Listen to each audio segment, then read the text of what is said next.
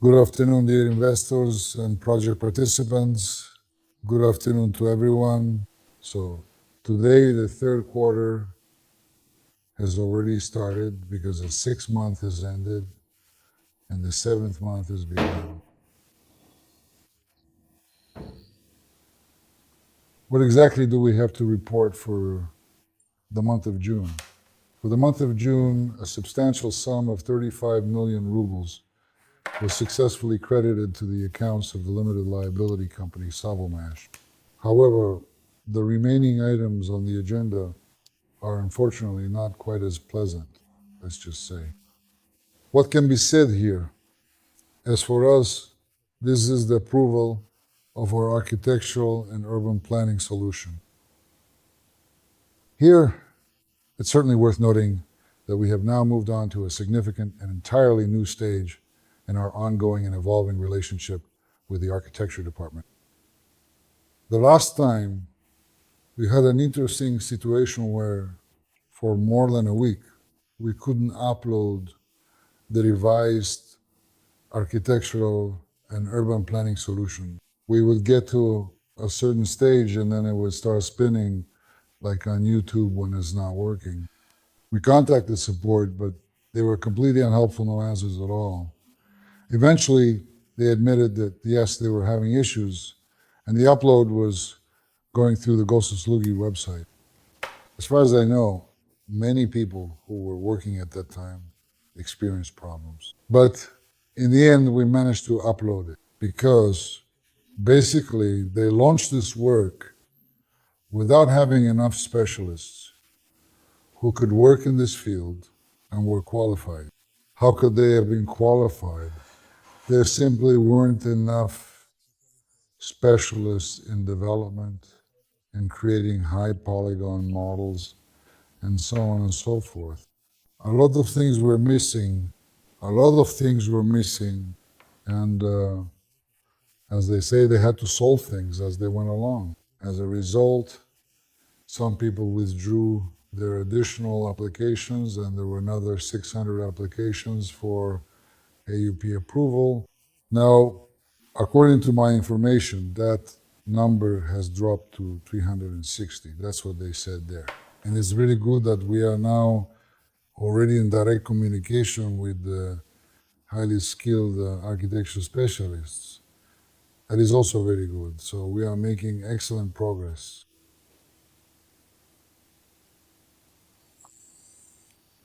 As they say, all you need is patience, nothing but patience, because the work is ongoing. So you just need to be patient, don't make any hasty moves, try not to take any unnecessary actions, and in this way, everything will be done, completed, and we will move forward towards obtaining the conclusion for the completion of construction.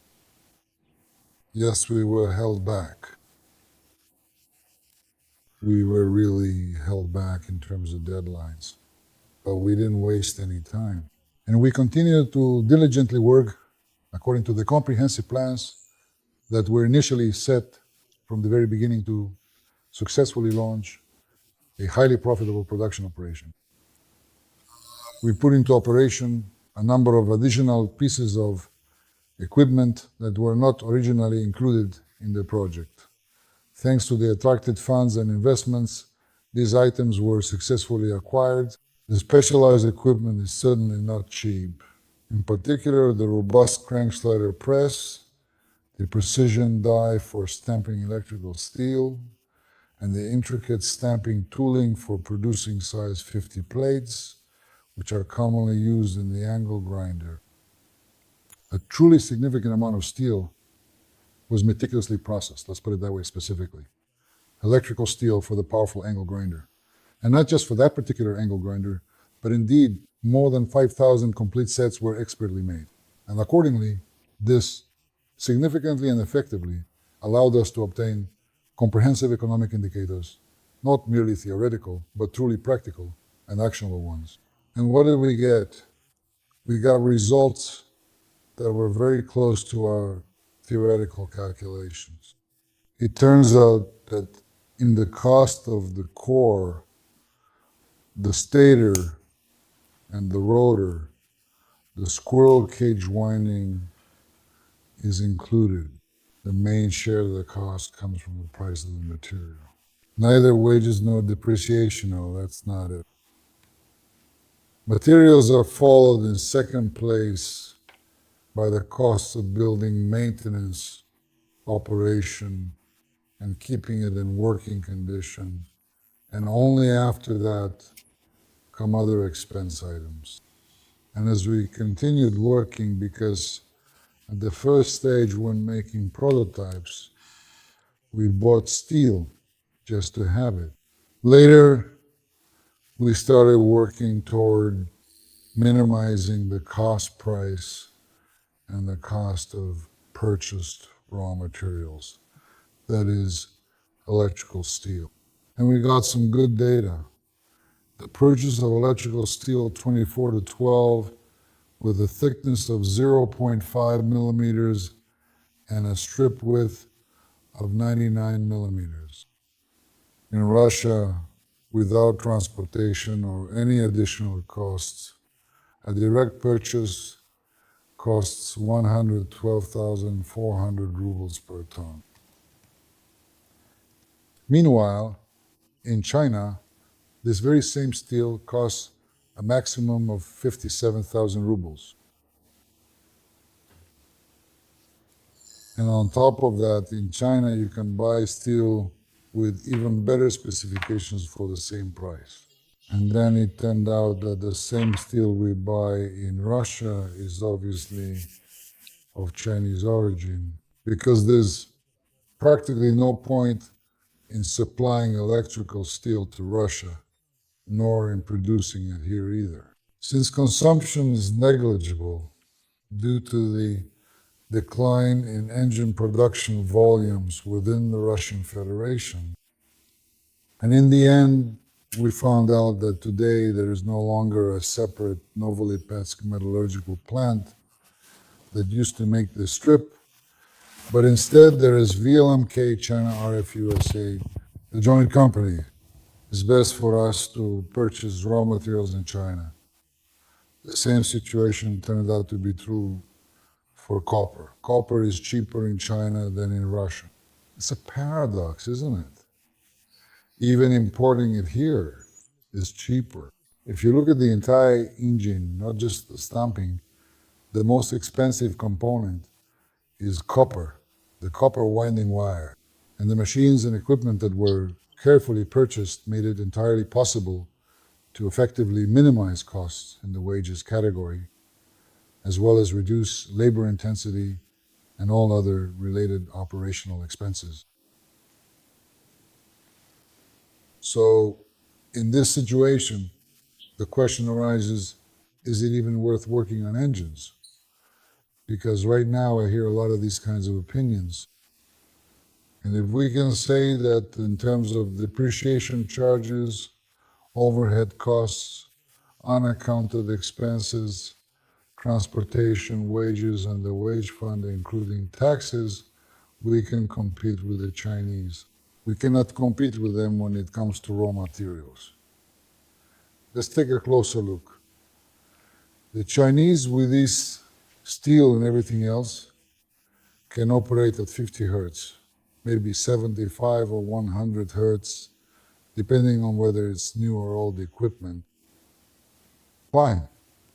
But we can operate on this same steel at 200 hertz, even 300 hertz. Right now, we're running models in Maxwell and ANSYS, and even more for the next generation of machines. This is being confirmed, and it's backed up by practical results in the laboratory. As a result, we can make the exact same machine as the Chinese, but with 4 to 5 times less copper, even 6 times less. Copper, electrical steel, aluminum, and so on. Especially now, since pumps, fans, all of that is already being run with frequency converters. Industrial frequency converters typically go up to 900 hertz, so there's absolutely no need to adapt anything. The various frequency converters currently available on the market can certainly work with us.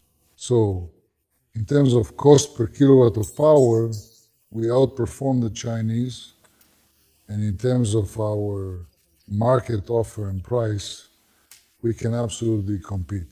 This is precisely because we can effectively operate at significantly higher frequencies using regular, standard steel, which consequently leads to utilizing considerably less copper, aluminum, and steel overall, thereby optimizing material usage. If you increase frequency proportionally, 4 times higher means 4 times less, 6 times higher means 6 times less. 6 times is already 300 hertz.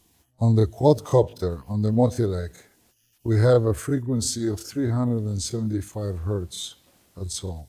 I wouldn't say this is top-level expertise, but it's certainly no worse than what we currently see in the workshops. The engines that are developed, the stockpiles prepared to launch production, they are impressive, already impressive. And this is no longer something cobbled together in someone's garage. It's not just some guy tinkering on his own. So theory is turning into practice, and the practice is quite encouraging. All of this, I hope, will be presented. I hope, because it hasn't happened yet. It will be presented at the Army 2025 Forum. Thank you, dear investors, for your trust, for listening, and for maintaining your composure, sound judgment, and clear thinking, even in the face of such not entirely pleasant information. Most importantly, you know how to withstand pressure, how to take a hit, and how to logically assess the entire situation as it unfolds. But I think if this weren't the case, we wouldn't have achieved such results, and none of this would have been created. Thank you. Take care. Until we meet again.